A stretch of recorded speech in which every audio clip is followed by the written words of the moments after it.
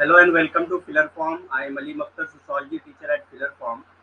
सो आज हम लोग यूनिट 8 का पार्ट 3 करने वाले हैं। 2 मिनट वेट करते हैं, सारे लोग ज्वाइन कर लें, उसके बाद स्टार्ट करते हैं।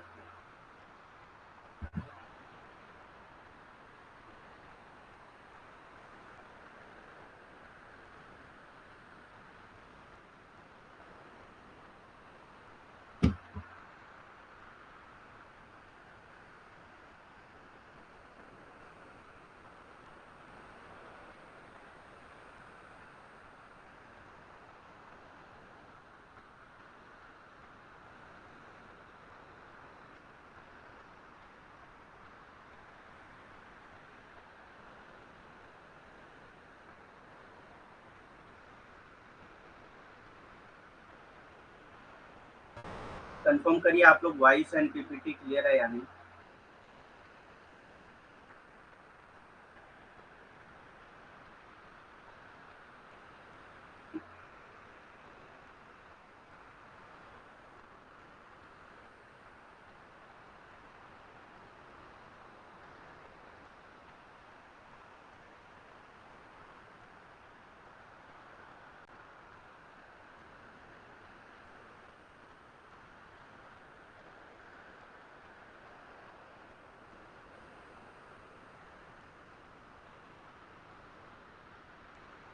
ठीक है, स्टार्ट करते हैं।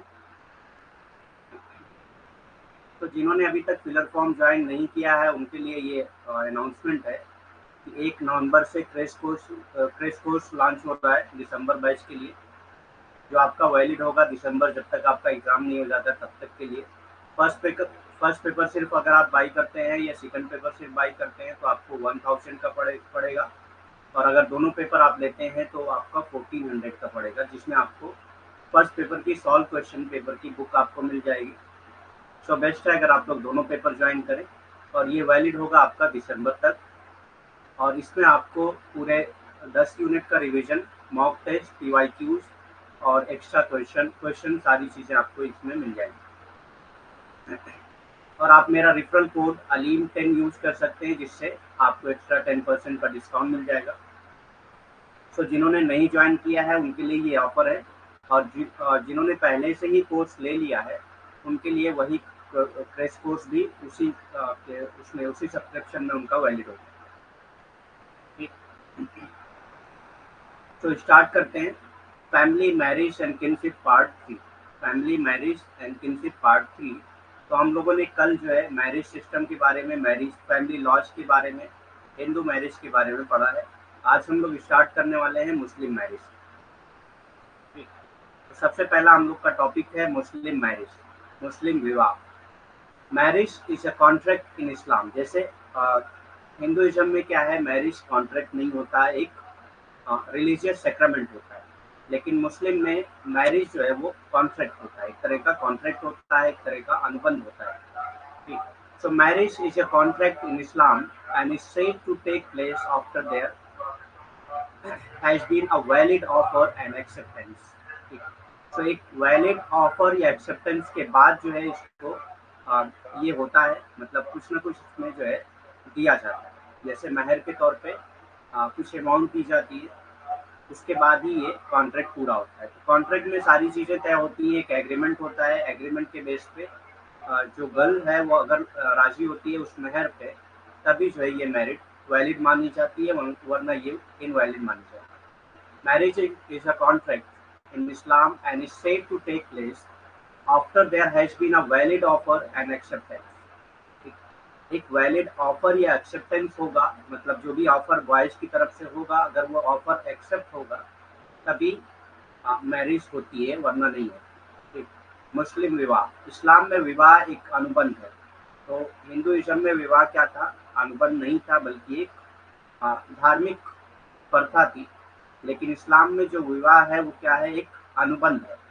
ठीक, और कहा जाता है कि ये वैध प्रस्ताव और स्वीकृत के बाद होता है। ठीक, तो एक प्रस्ताव होता है, जैसा कि जो अरबिक वर्ड है उस प्रस्ताव का वो है महर। ठीक, तो महर जो है वो प्रस्ताव दिया जाता है बॉयज की तरफ से, यानी कि लड़के की तरफ से। अगर वो एक्सेप्ट होता है गर्ल्स की तरफ से तो फिर ये विवाह होता है, वरना नहीं है। ठीक, तो सबसे पहले ये अनुबंध होता है, अनुबंध में ये तय होता है कि कितना अमाउंट दिया जाएगा। अमाउंट है या ज्वेलरी के फॉर्म में, किसी भी फॉर्म में आप दे सकते हैं उसको, ठीक। तो वो आप सामने रखते हैं, अगर दोनों लोगों का उस पे मतलब एक तरह का एक एग्रीमेंट बन जाता है, एक अनुबंध हो जाता है, तभी ये विवाह होता है। जैसा आम कॉन्ट्रैक्ट में होता है, किसी भी कॉन्ट्रैक्ट में यही चीज़ें होती हैं कि दोनों पार्टी अगर राज़ी होती हैं तभी वो हो पाता है, वरना नहीं होता, ठीक। तो किसी भी कॉन्ट्रैक्ट की तरह ये भी मुस्लिम विवाह भी जो है वो क्या है, एक कॉन्ट्रैक्ट है, और ये उसी के बेस पे ही होता है। एक ऑफर दिया जाता है, लड़के की तरफ से एक प्रस्ताव दिया जाता है, उस प्रस्ताव पे अगर लड़की की तरफ के जो लोग हैं वो मानते हैं, तभी ये विवाह होता है, वरना नहीं होता, ठीक। In a social context, it is said to be a setting for the purpose of legalizing sexual intercourses and the procreation of children. ठीक। तो सामाजिक संदर्भ में इसे यौन संबंध और बच्चे पैदा करने को वैध बनाने के उद्देश्य से स्थापित किया जाता है, ठीक। सो अब मुस्लिम विवाह होता क्यों है? मुस्लिम विवाह का जो एम है, मेन एम जो है, मेन पर्पज है, वो क्या है? लीगलाइज करना, सेक्सुअल इंटरकोर्स को लीगलाइज करना, यानी कि अगर कोई मैरिज कर लेता है जिसका नाम निकाह है, अरबी वर्ड जो है मैरिज का वो निकाह होता है, अगर निकाह हो जाता है, निकाह के बाद जो सेक्सुअल इंटरकोर्स है वो वैलिड माना जाता है। उससे पहले सेक्सुअल इंटरकोर्स जो है वो इनवैलिड माना जाता है। और उसके बाद प्रोक्रिएशन ऑफ चिल्ड्रन, दो एम होता है मेन, एक तो लीगलाइजिंग सेक्सुअल इंटरकोर्सेस और दूसरा है प्रोक्रिएशन ऑफ चिल्ड्रन। दो एम है मुस्लिम मैरिज का, ठीक। सामाजिक संदर्भ में यानी कि सोशल कॉन्टेक्स्ट में अगर हम देखते हैं, तो अगर इसको हम लोग सोशल कॉन्टेक्स्ट में देखते हैं तो दो एम है। रिलीजियस कॉन्टेक्स्ट में नहीं बल्कि सोशल कॉन्टेक्स्ट में अगर देखते हैं तो दो एम है, एक तो है लीगलाइजिंग सेक्सुअल इंटरकोर्स और दूसरा है प्रोक्रिएशन ऑफ चिल्ड्रन।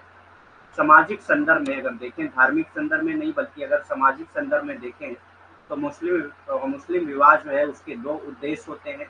एक पहला उद्देश्य क्या होता है? यौन संबंध और बच्चे पैदा करने को वैध बनाने के लिए, ठीक। तो यौन संबंध को वैध बनाने के लिए, इससे पहले यौन संबंध जो है वो क्या है, वो इनवैलिड माना जाता है, अवैध माना जाता है, और बच्चे पैदा करने का एक उद्देश्य होता है मुस्लिम विवाह, ठीक।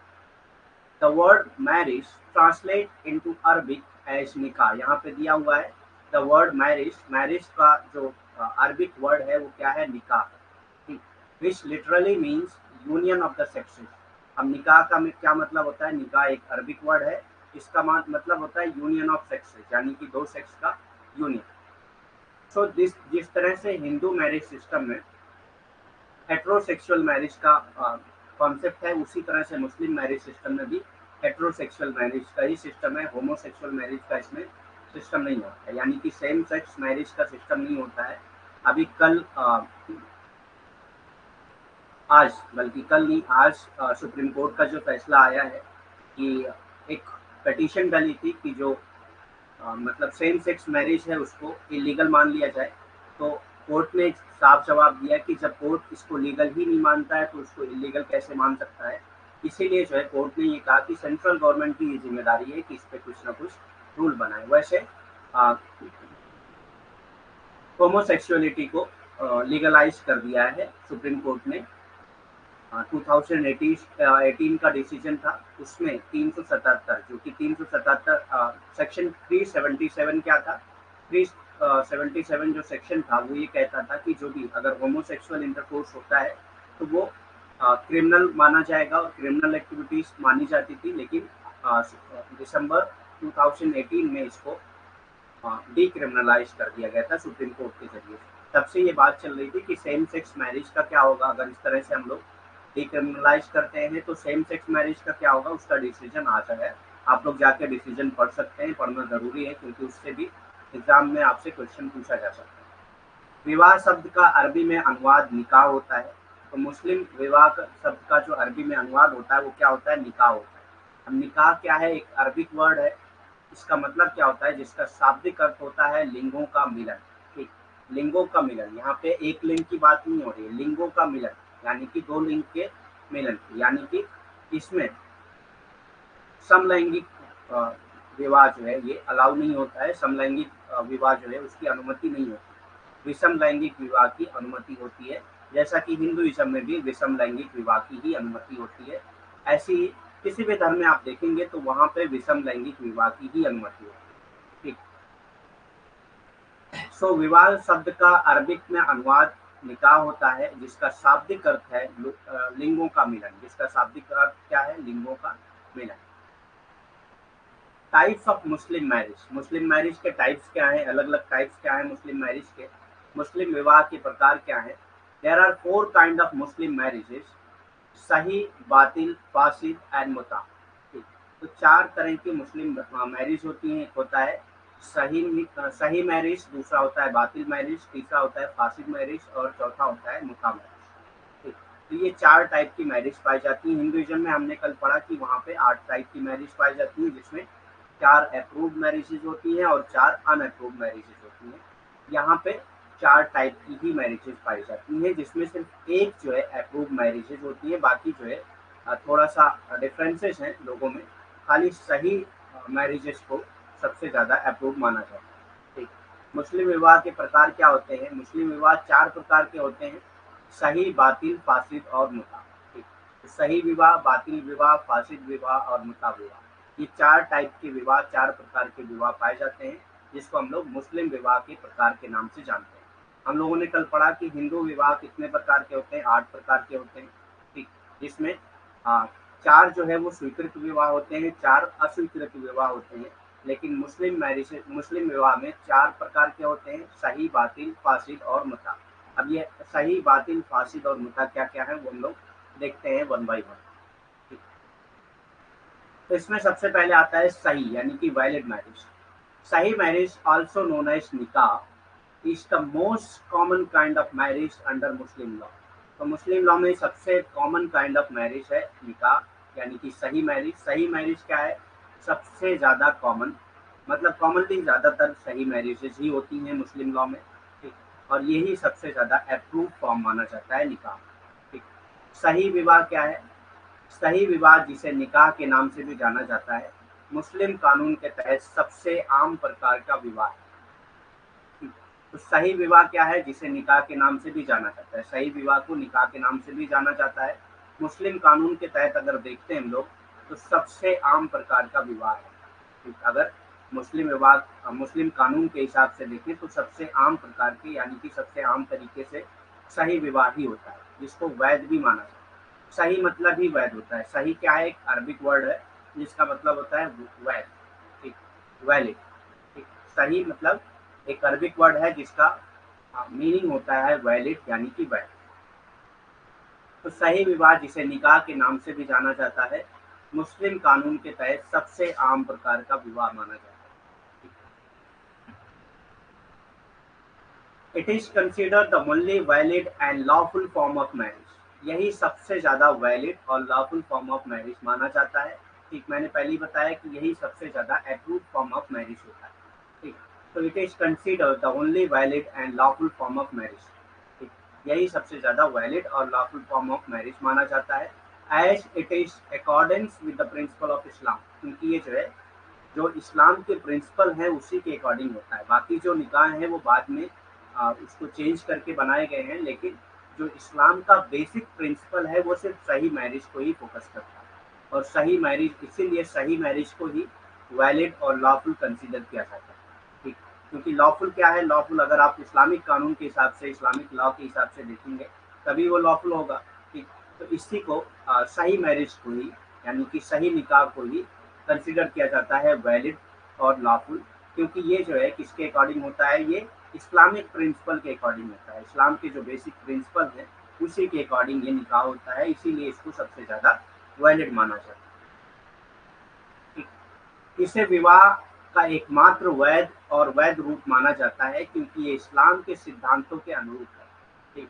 तो जो सही विवाह है, सही विवाह को ही एकमात्र वैध माना जाता है। बाकी जो विवाह है उसको वैध नहीं माना जाता है। क्यों? क्योंकि वो जो इस्लामिक सिद्धांत हैं उनके हिसाब से नहीं है। जो इस्लाम के सिद्धांत हैं उनके हिसाब से नहीं है। सिर्फ सही विवाह ही इस्लाम के सिद्धांत के हिसाब से ही होता है और वैध रूप से माना, और इसको इसीलिए वैध माना जाता है। इसीलिए इसको कानूनन सही माना जाता है, कानूनी तरीके से भी सही माना जाता है और इसको वैध माना जाता है। ठीक। क्योंकि ये इस्लाम के सिद्धांतों के अनुरूप है।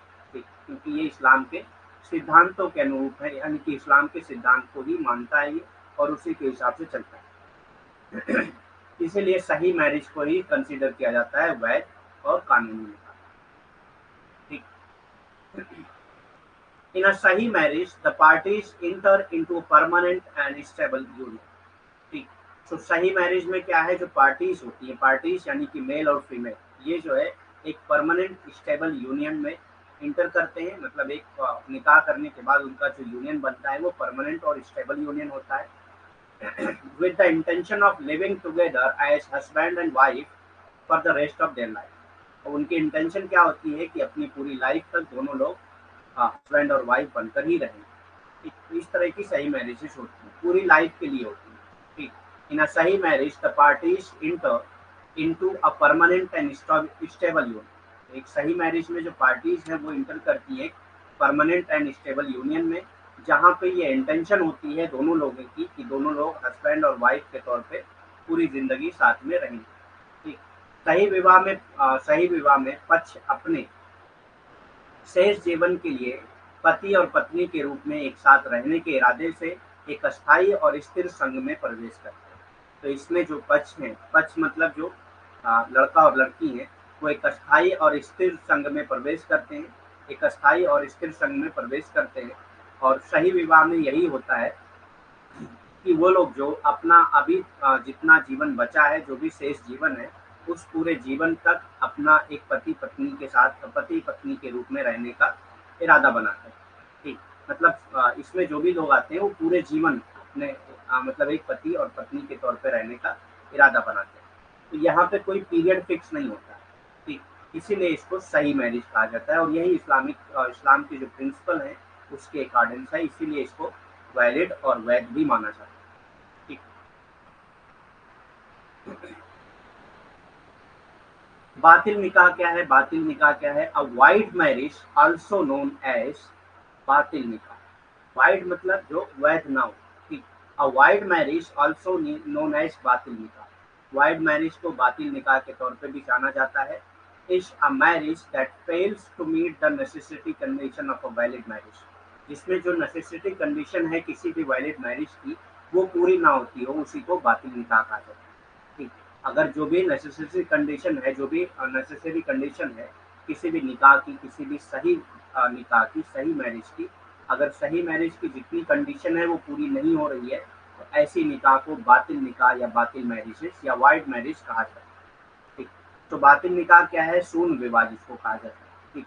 जिसे बातिल निकाह के रूप में भी जाना जाता है। शून्य विवाह को बातिल निकाह के रूप में भी माना जाता है, यानी कि ये निकाह मानी ही नहीं जाती।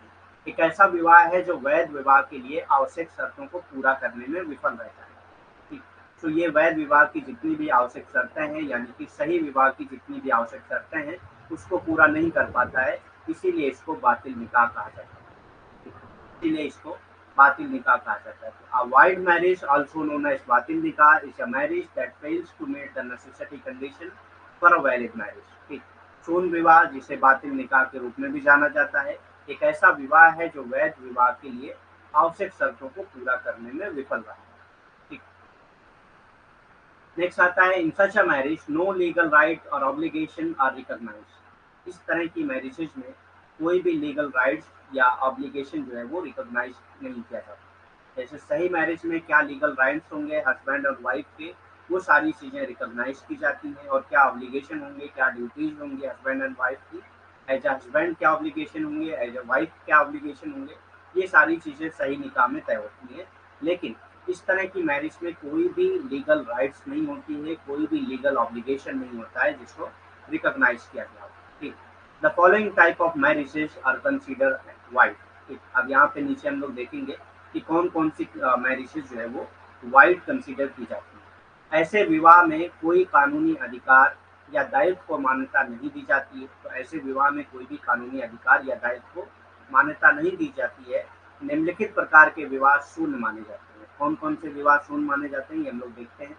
क्योंकि जो सही विवाह होता है उसमें बहुत सारे कानूनी अधिकार होते हैं, बहुत सारे दायित्व होते हैं। एक पति के तौर पे क्या दायित्व होगा वो सारी चीज़ें तय होती हैं, और एक पत्नी के तौर पे क्या दायित्व होगा वो सारी चीज़ें तय होती हैं। क्या कानूनी अधिकार होंगे एक दूसरे के पति और पत्नी के तौर पे, ये सारी चीज़ें फिक्स होती हैं, लेकिन एक बातिल निकाह में ये सारी चीज़ें फिक्स नहीं होती हैं। और इस तरह की मैरिजेस को हम लोग देखते हैं जिसको बातिल निकाह कहते हैं। तो सबसे पहले इसमें आता है,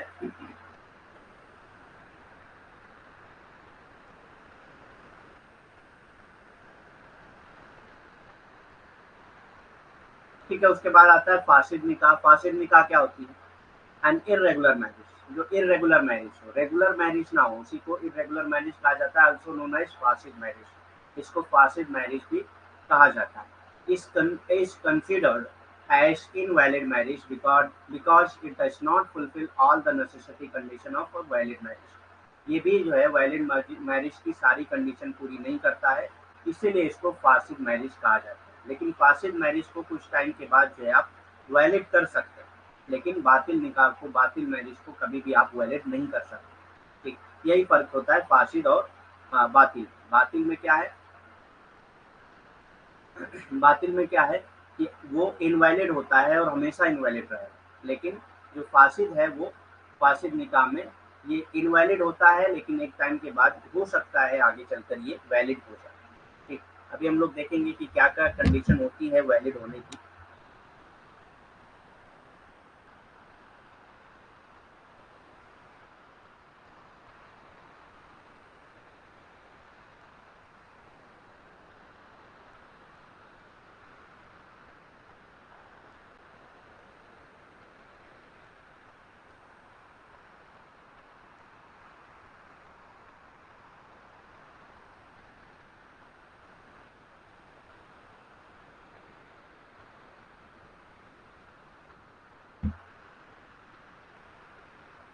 ठीक, an irregular marriage also known as passive marriage is considered as invalid marriage because it does not fulfill all of the necessary condition of a valid marriage। जो वैलिड मैरिज की नेसेसरी कंडीशन होती है उसको पूरा नहीं करता है ये, इसीलिए इसको फासिद मैरिज कहा जाता है।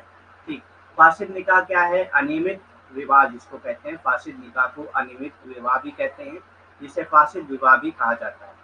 इसको अमान विवाह माना जाता है। अमान विवाह क्यों माना जाता है? क्योंकि ये वैध विवाह के लिए सभी आवश्यक शर्तों को पूरा नहीं करता है, क्योंकि ये जो भी वैध विवाह के सारे आवश्यक शर्तें होती हैं उसको पूरा नहीं करता है, इसीलिए इसको फासिद निकाह कहा जाता है।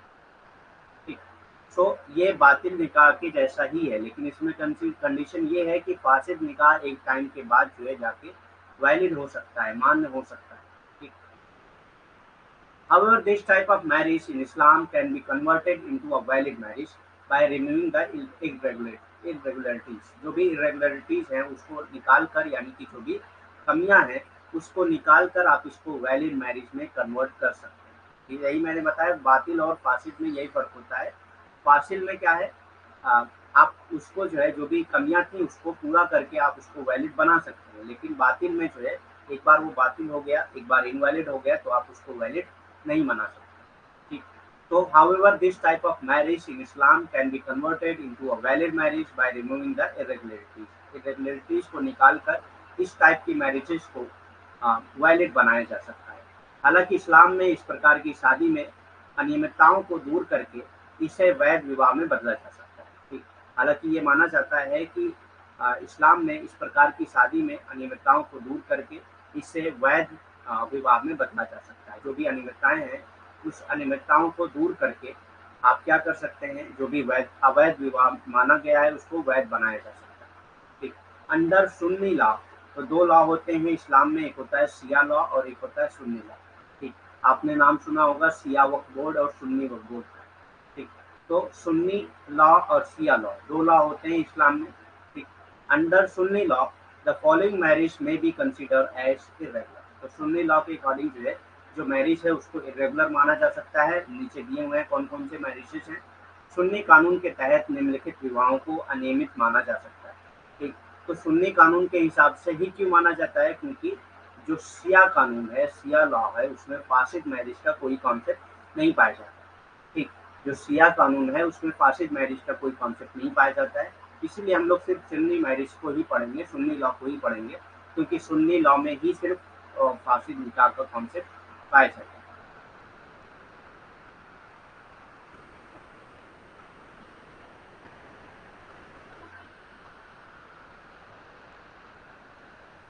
सुन्नी कानून के तहत निम्नलिखित विवाहों को अनियमित माना जा सकता है।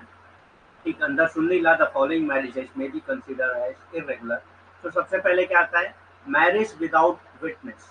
तो एक दो विटनेस जरूरी होता है किसी भी मैरिज के लिए। निकाह के टाइम पे दो विटनेस होना, दो गवाह होना जरूरी होता है, एक लड़की की तरफ से और एक लड़के की तरफ से। ये दो विटनेस होना जरूरी है। अगर ये दो विटनेस नहीं है तो वो निकाह नहीं माना जाएगा। ठीक, अगर मैरिज हो रही है विदाउट विटनेस हो रही है तो इसी को फासिद कहा जाएगा।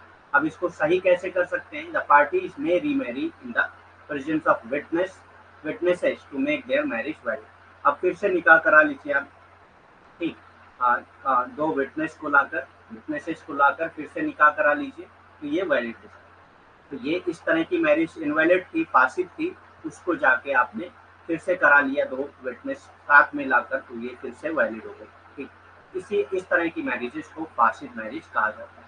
Marriage without witnesses, the parties may remarry in the presence of witnesses to make their marriage valid. ठीक, बिना गवाहों के विवाह। तो दो गवाह होना जरूरी होता है, एक लड़की की तरफ से गवाह होना जरूरी होता है, एक लड़के की तरफ से गवाह होना जरूरी होता है। तो ये गवाही देते हैं कि हाँ, हम लोगों की प्रेजेंस में ही ये निकाह हो रहा है। ठीक, तो अगर आप बगैर गवाह के निकाह कर लेते हैं तो इस विवाह को जो है वो फासिद माना जाएगा, फासिद विवाह माना जाएगा। और बाद में जाकर अगर आप गवाह लाकर गवाह के सामने फिर से निकाह कर लेते हैं तो वो फिर वैध माना जाएगा। ठीक, तो फासिद निकाह जो है अवैध होता है, लेकिन बाद में जाकर अगर आप कर लेते हैं फिर से तो उसको वैध माना जाएगा।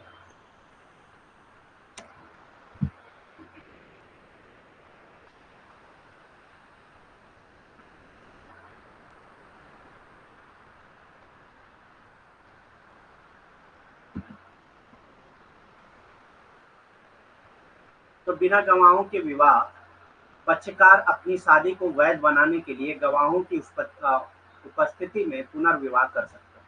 ठीक, तो गवाहों की उपस्थिति में फिर से विवाह कर लीजिए, वो वैध, जो अवैध में विवाह हुआ था वो वैध हो जाएगा।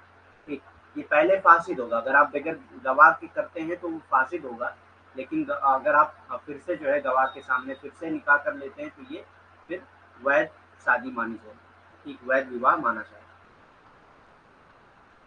Marriage with the fifth wife, अगर आप फिफ्थ वाइफ के साथ मैरिज करते हैं तो ये भी फासिद माना जाएगा। ठीक, क्योंकि मैरिज सिर्फ चार वाइफ के साथ ही मैरिज अलाउ है इस्लाम में।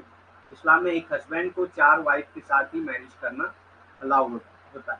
ठीक, ये कंपलसरी नहीं है लेकिन अलाउ होता है। चार मैरिज के साथ, चार वाइफ के साथ आप मैरिज कर सकते हैं। यानी कि पहली आपने किया वो भी बातिल मानी जाएगी, दूसरी किया वो भी बातिल मानी जाएगी, तीसरी किया वो भी बातिल नहीं, सही मानी जाएगी। ठीक, पहली, दूसरी, तीसरी, चौथी, ये चारों जो है सही मैरिज मानी जाएगी। ठीक, वैलिड मानी जाएगी। लेकिन जैसे ही आप पांचवी करते हैं ये इनवैलिड यानी कि फासिद हो जाएगी। ठीक, ये फासिद मानी जाएगी। तो marriage with the fifth wife is a फासिद मैरिज। ठीक, अब इसको करेक्ट कैसे करेंगे, it will be valid if the husband divorce one of his four wife and then marriage the fifth wife. ठीक, अब क्या कर रहा है, वो अपनी जो चार पहले से वाइफ थी उसमें से किसी एक को डाइवोर्स दे दे रहा है, तब जाके पांचवें से कर रहा है फिर से, तो उसी को वो मैरिज क्या हो जाएगी, फिर वैलिड हो जाएगी। ठीक, तो उसी के साथ वो दोबारा कर सकता है, फिर से वैलिड हो जाएगी, लेकिन उसको एक वाइफ को छोड़ना पड़ेगा, एक वाइफ को डाइवोर्स देना पड़ेगा। ठीक, पांचवी पत्नी के से विवाह ये तब मान होगा जब पति अपनी चार पत्नियों में से एक को तलाक दे और फिर पांचवी से शादी करे। ठीक, तो पांचवी शादी से विवाह अगर आप करते हैं, मतलब अगर कोई मुस्लिम जो है पांचवी पत्नी से विवाह करता है, क्योंकि जो इस्लाम है उसमें चार पत्नियों के साथ विवाह जो है वो उसकी अनुमति है, लेकिन अगर आप पांचवी के साथ करते हैं तो ये फासिद माना जाएगा। और इस फासिद विवाह को सही करने के लिए क्या होगा, ये तब मान्य होगा जब पति अपनी चार पत्नियों में से किसी एक को तलाक दे। ठीक, और फिर पांचवी से शादी करे। तो अगर चार में से किसी एक को तलाक दे दे और फिर पांचवी से शादी करे तो ये फिर से वैलिड हो जाएगा। लेकिन अगर वो चार को तलाक नहीं देता और पांचवी से करता है तो ये हमेशा फासिद माना ही जाएगा। ठीक, तो ये फासिद मैरिजेस कहलाते हैं। पांचवी पत्नी से विवाह फासिद है, ये तब मान्य होगा जब पति अपनी चार पत्नियों में से किसी एक को तलाक दे और फिर पांचवी से शादी करे तो इसको फिर वैलिड मान लिया जाएगा। Marriage with a women in her इद्दत पीरियड, इद्दत पीरियड क्या होता है, हस्बैंड की डेथ के बाद अ, तकरीबन 40 दिन या 4 महीने का पीरियड होता है। उसके बाद अगर डाइवोर्स होता है तब भी 40 दिन या 4 महीने का पीरियड होता है। उतने पीरियड के अंदर जो है आप मैरिज नहीं कर सकते। ठीक, जैसे अगर मतलब हस्बैंड की डेथ डेथ के बाद जो पीरियड है, इद्दत का पीरियड है 4 महीने या 40 दिन जो भी हो, मुझको एग्जैक्ट फिगर नहीं याद है। ठीक, तो 4 महीने या 40 दिन ऐसा कुछ होता है पीरियड, उसको इद्दत पीरियड कहते हैं। उस इद्दत पीरियड के टाइम पे वो किसी दूसरे के साथ मैरिज नहीं कर सकती। इद्दत पीरियड खत्म होने के बाद वो दूसरे के साथ मैरिज कर सकती है। ठीक, सो अगर हस्बैंड के साथ डाइवोर्स हो जाता है तब भी यही कंडीशन है, इद्दत पीरियड उसको पूरा करना होता है। अगर वो इद्दत पीरियड पूरा कर लेती है उसके बाद वो दोबारा शादी कर सकती है। ठीक, लेकिन अगर marriage with women in her इद्दत पीरियड में ही अगर आप उसके साथ शादी कर लेते हैं तो ये फासिद माना जाएगा, ये फासिद निकाह माना जाएगा, इनवैलिड माना जाएगा। अब इसको वैलिड कैसे किया जा सकता है? The marriage will be valid if contracted after the expiration of the इद्दत पीरियड। एक मैरिज हो गई लेकिन ये माना गया है कि जो कॉन्ट्रैक्ट है, जो मैरिज है, वो कब से वैलिड होगी? वो जब इद्दत पीरियड खत्म हो जाएगा तब से इसको वैलिड माना जाएगा। ठीक, गुड आफ्टरनून। ठीक, तो marriage with a women in her इद्दत पीरियड, इद्दत पीरियड में अगर आप शादी करते हैं, इद्दत पीरियड में बता चुका हूँ क्या होता है। ठीक, तो इसको इनवैलिड माना जाएगा। इसको वैलिड करने के लिए जो कॉन्ट्रैक्ट है उसको आप जो है इस तरह से तय करें, वो निकाह जो हो रहा है वो निकाह इस तरह से तय करें कि ये जो इद्दत पीरियड खत्म होगा उसके बाद से ये निकाह लागू होगा। ठीक, तब से ये वैलिड माना जाएगा। हाँ, 8 बजे से क्लास होगी। 3 बजे से मैंने इसलिए स्टार्ट कर दिया था क्योंकि आप लोग की 9 बजे से क्लास है। मैंने इन्फॉर्म भी कर दिया था कि 3 बजे क्लास होगी, क्योंकि 8 बजे क्लास, 9 बजे आपकी क्लास है तो 2 घंटे का क्लास हो नहीं पाएगा। इसलिए मैंने सोचा कि 40 टू 45 मिनट का क्लास हम लोग कर लेते हैं अभी, ताकि मतलब हम लोग जब 8 बजे क्लास करें तो 1 घंटे की क्लास हम लोग की पूरी हो जाए। क्योंकि 9 बजे से भी क्लास है आपकी, और इधर हम लोग अगर पहले से स्टार्ट करते हैं तो 7 से 8 भी आपकी क्लास है, इसीलिए मैंने पहले ही स्टार्ट कर दिया।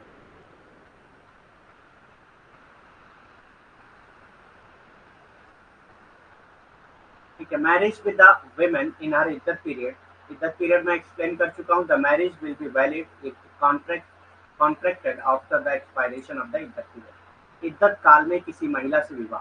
तो इद्दत काल क्या होता है? जो पति होता है उसकी डेथ के बाद, पति की डेथ के बाद या पति के साथ तलाक के बाद एक पीरियड होता है, जिस पीरियड के अंदर एक तय पीरियड होता है, चाहे वो 40 दिन या 4 महीने का होता है। उस पीरियड के अंदर वो किसी दूसरे पति के साथ शादी नहीं कर सकती, यानी किसी दूसरे पुरुष के साथ वो शादी नहीं कर सकती है। अगर उस बीच में करती है तो उसको फासिद माना जाएगा। ठीक, पीरियड उस अवधि जो है, जो इद्दत की अवधि है, उस अवधि को अगर वो पूरा नहीं करती, उससे पहले शादी कर लेती, तो उसको फासिद माना जाएगा। और ये निकाह तब तक वैलिड नहीं माना जाएगा जब तक वो जो है इद्दत की अवधि पूरी नहीं कर लेती। अब इस तरह की निकाह अगर होती है तो इसको फासिद माना जाएगा। फासिद निकाह को हमेशा करेक्ट किया जा सकता है। तो इसको करेक्ट कैसे किया जा सकता है? इद्दत अवधि की समाप्ति के बाद अनुबंध करने पर विवाह वैध होगा। ठीक, तो आप निकाह आज पढ़ा रहे हैं, लेकिन ये आप उसमें जो है, जो कॉन्ट्रैक्ट हो रहा है, जो अनुबंध हो रहा है, उसमें आप अगर लिख रहे हैं कि ठीक है ये इद्दत पीरियड के बाद ही जो है ये निकाह वैलिड होगा, उससे पहले वैलिड नहीं होगा, तब ये अनुबंध जो है क्या माना जाएगा? ये वैध माना जाएगा। ठीक, तभी ये निकाह जो है वो वैध माना जाएगा। जो इद्दत पीरियड है उसको उसके बाद ही ये वैलिड माना जाएगा। इस तरह का अगर आप कॉन्ट्रैक्ट बनाते हैं, इस तरह का अनुबंध बनाते हैं, तभी ये वैलिड माना जाएगा। तो इसी को फासिद निकाह कहा जाता है। तो ये पहला टाइप क्या था? विदाउट विटनेसेस करते हैं या फिफ्थ वाइफ से करते हैं। तीसरा क्या है? अगर आप इद्दत पीरियड में करते हैं। ठीक, अब नेक्स्ट आता है जो चौथा टाइप है मैरिज का, मुस्लिम मैरिज का, वो है टेम्परेरी मैरिज यानी कि मुता मैरिज। टेम्परेरी मैरिज यानी मुता मैरिज। मुता मैरिज क्या होती है या टेम्परेरी मैरिज क्या होती है?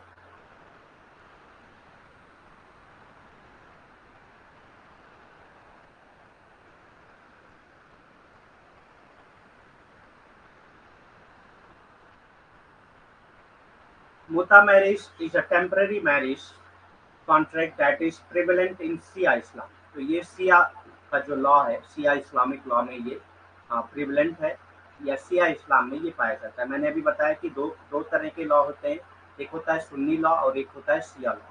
ठीक, तो ये जो मुता मैरिज है यानी कि टेम्परेरी मैरिज है, ये सिर्फ शिया लॉ में ही वैलिड माना जाता है। सुन्नी लॉ जो है इसको नहीं मानता है, इस तरह की निकाह को सुन्नी लॉ नहीं मानता है। शिया लॉ जो है इसको शिया लॉ में ये प्रिवेलेंट माना जाता है। तो मुता marriage is a temporary marriage contract that is prevalent in Shia Islam, although it is not recognized by Sunni मुस्लिम। इसको सुन्नी मुस्लिम जो है रिकॉग्नाइज नहीं करते हैं। सुन्नी मुस्लिम या सुन्नी लॉ के अकॉर्डिंग ये वैलिड नहीं माना जाता, ठीक, क्योंकि ये सुन्नी मुस्लिम का जो लॉ है, सुन्नी लॉ जो है वो ये कहता है कि जो भी मैरिजेज हैं, जो कॉन्ट्रैक्ट मैरिज कॉन्ट्रैक्ट जो होता है वो पूरी लाइफ के लिए होना चाहिए, एक पर्टिकुलर पीरियड के लिए नहीं बल्कि पूरी लाइफ के लिए होना चाहिए। जबकि शिया जो है मुता के जरिए, मुता मतलब ये टेम्परेरी मैरिज होता है, ये कुछ फिक्स पीरियड के लिए होता है, चाहे वो 1 घंटे का हो, 1 दिन का हो, 1 साल का हो, 1 महीने का हो, किसी भी तरह का जो भी एक कॉन्ट्रैक्ट बने उसी पीरियड।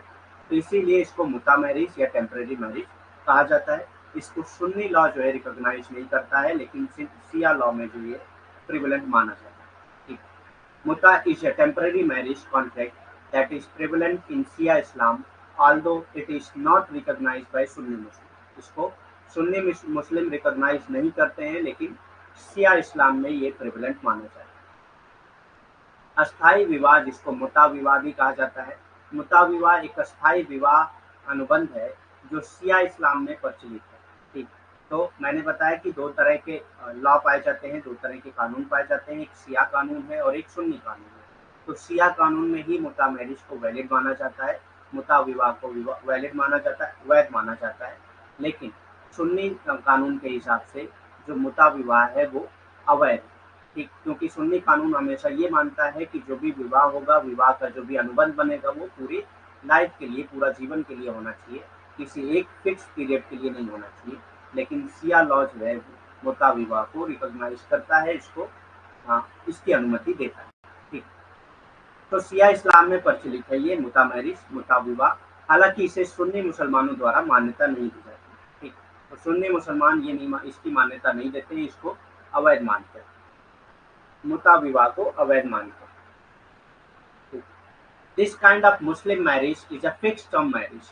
तो ये फिक्स टर्म मैरिज होता है, एक टाइम फिक्स होता है, उतने ही टाइम के लिए वो मैरिज होती है, उसके बाद वो इनवैलिड मानी जाती है। ठीक, this kind of marriage is a fix term marriage contract that specifies the length of the marriage. जो लेंथ ऑफ द मैरिज बताती है, लेंथ ऑफ द मैरिज मतलब कि टाइम बताती है कि कितने टाइम के लिए ये शादी हुई। ठीक, तो इस काइंड की जो निकाह होती है वो कितने टाइम के लिए निकाह होती है ये फिक्स होता है, चाहे वो कुछ घंटे के लिए हो या कुछ साल के लिए या कुछ मंथ के लिए। ठीक, so this kind of Muslim marriage is a fixed term marriage contract that specifies the length of the marriage which can range from a few hours to several years। ठीक, जो कुछ घंटे से लेकर कुछ सालों तक चल सकता है। ठीक, लेकिन ये थ्रू आउट द लाइफ ये फिक्स नहीं होता है। इसमें जो ये कॉन्ट्रैक्ट बनता है, मुता मैरिज का जो कॉन्ट्रैक्ट बनता है, इसमें टाइम फिक्स होता है। जैसे जो अगर निकाह होगा तो निकाह में ये कहा जाएगा कि 1 साल के लिए ये मैरिज की जा रही है, या इतने घंटे के लिए ये मैरिज की जा रही है, या आप ये भी कह सकते हैं कि इतने महीने के लिए की जा रही है। ठीक, तो ये फिक्स टाइम उस पर लिखा जाता है। लेकिन जो सही निकाह होता है, सही निकाह में यानी कि जो जिसको दोनों लोग रिकॉग्नाइज करते हैं, शिया और सुन्नी दोनों, और जो इस्लामिक प्रिंसिपल के हिसाब से ही है, वो ये कहता है कि आपको थ्रू आउट द लाइफ मतलब पूरी लाइफ का कॉन्ट्रैक्ट बनाना चाहिए। ठीक, किसी एक फिक्स घंटे, फिक्स टर्म्स के हिसाब से नहीं बनाना चाहिए। लेकिन मुता मैरिज को शिया जो है वो रिकॉग्नाइज करते हैं, शिया जो इस्लाम है वो रिकॉग्नाइज करता है। ठीक, और ये जो मैरिजेज होती हैं ये फिक्स टर्म मैरिज होती हैं, कुछ घंटे के लिए, कुछ महीने के लिए, कुछ साल के लिए। ठीक, इस प्रकार का मुस्लिम विवाह एक निश्चित अवधि का विवाह अनुबंध है। ठीक, तो ये जो है निश्चित अवधि का विवाह अनुबंध होता है, यानी कि किसी एक निश्चित अवधि के लिए ये मान्य होता है। ठीक, उसके बाद ये मान्य नहीं होता। ठीक, वो अवधि जैसे ही खत्म हो जाती है, वो निकाह वैसे ही अपने आप ही ये डाइवोर्स हो जाता है।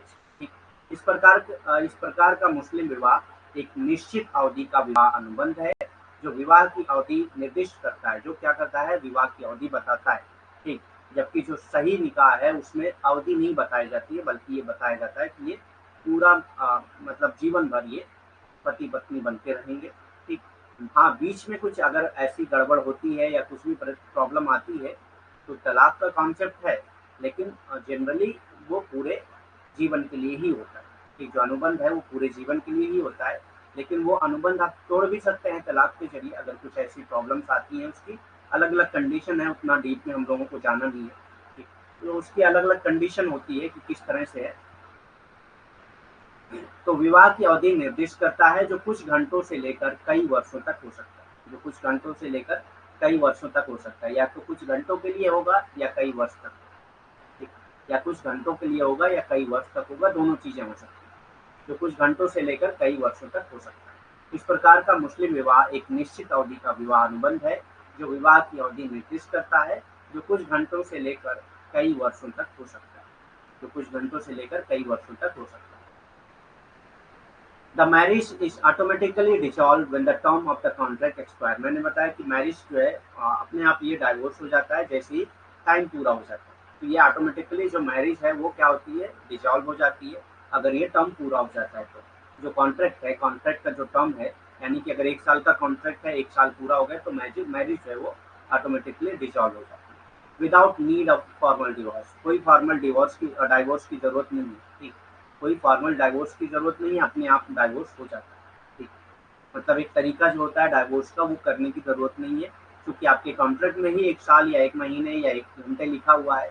तो वो जैसे ही टर्म पूरा हो जाता है वो अपने आप ही डाइवोर्स हो जाता है, किसी भी फॉर्मल तरीके के डाइवोर्स की जरूरत नहीं होती। औपचारिक तलाक की आवश्यकता के बिना, मतलब इसमें औपचारिक तलाक की कोई आवश्यकता नहीं होती है, तलाक अपने आप ही हो जाता है जैसे ही अनुबंध की अवधि समाप्त हो जाती है, ठीक। अनुबंध की अवधि समाप्त होने पर विवाह स्वतः ही भंग हो जाता है, मतलब स्वतः ही विवाह खत्म हो जाता है, अपने आप खत्म हो जाता है। आपको पूरी किसी औपचारिक तलाक की आवश्यकता इसमें नहीं होती, मतलब औपचारिक तरीके से जो तलाक दिया जाता है उस तरह की कोई आवश्यकता इसमें नहीं होती है, बल्कि ये अपने आप ही खत्म हो जाता है, अपने आप ही भंग हो जाता है जैसे ही आप आपकी जो समय सीमा है, मतलब मुता निकाह की जो सीमा होती है, ठीक। चाहे वो 1 घंटे हो, 1 साल हो, 1 महीने हो, जो तय होती है, जो तयशुदा सीमा है, ठीक। वो सीमा जैसे ही खत्म हुई वो वहाँ पे तलाक हो जाएगा, वो विवाह जो है वो भंग हो जाता है। चाहे आप मतलब, और इसमें औपचारिक तलाक की कोई जरूरत नहीं होती, चाहे नहीं बल्कि औपचारिक तरीके से तलाक की कोई जरूरत होती ही नहीं, ठीक।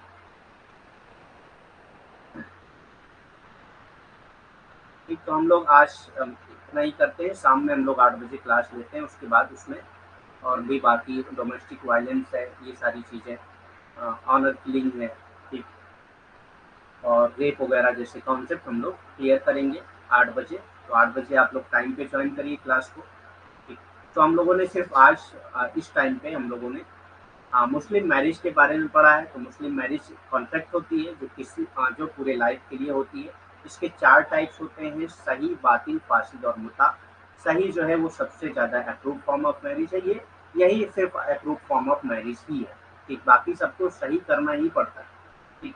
तो सही जो है वही सिर्फ अप्रूव फॉर्म ऑफ मैरिज है, क्योंकि ये मुस्लिम लॉ के अकॉर्डिंग ही माना जाता है, ठीक। तो मुस्लिम विवाह के 4 प्रकार होते हैं, सही, बातिल और फासिद, क्योंकि ये और सही जो है वो सबसे ज़्यादा स्वीकृत विवाह माना जाता है, क्योंकि यही जो है जो इस्लामिक कानून है उसके ही अकॉर्डिंग माना जाता है, उसी के ही अनुरूप माना जाता है, उसके अनुरूप ही माना जाता है इसी को, इसीलिए सही को सबसे ज़्यादा स्वीकृत किया जाता है, सही को ही स्वीकृत विवाह ही माना जाता है। ठीक, ये कह सकते हैं कि सिर्फ सही को ही स्वीकृत विवाह माना जाता है, बाकी किसी को स्वीकृत विवाह नहीं माना जाता। ठीक है, आज के लिए इतना ही। Thank you very much, have a nice day. और भी कोई क्वेश्चन है तो कर सकते हैं, वरना हम लोग 8 बजे मिलते हैं। 8 बजे आप लोग की क्लास होगी, ठीक। Any question?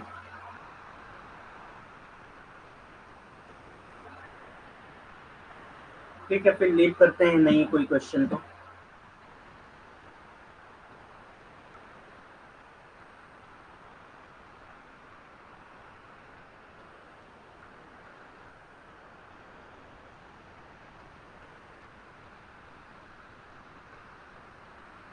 ठीक है, very thank you very much, have a nice day.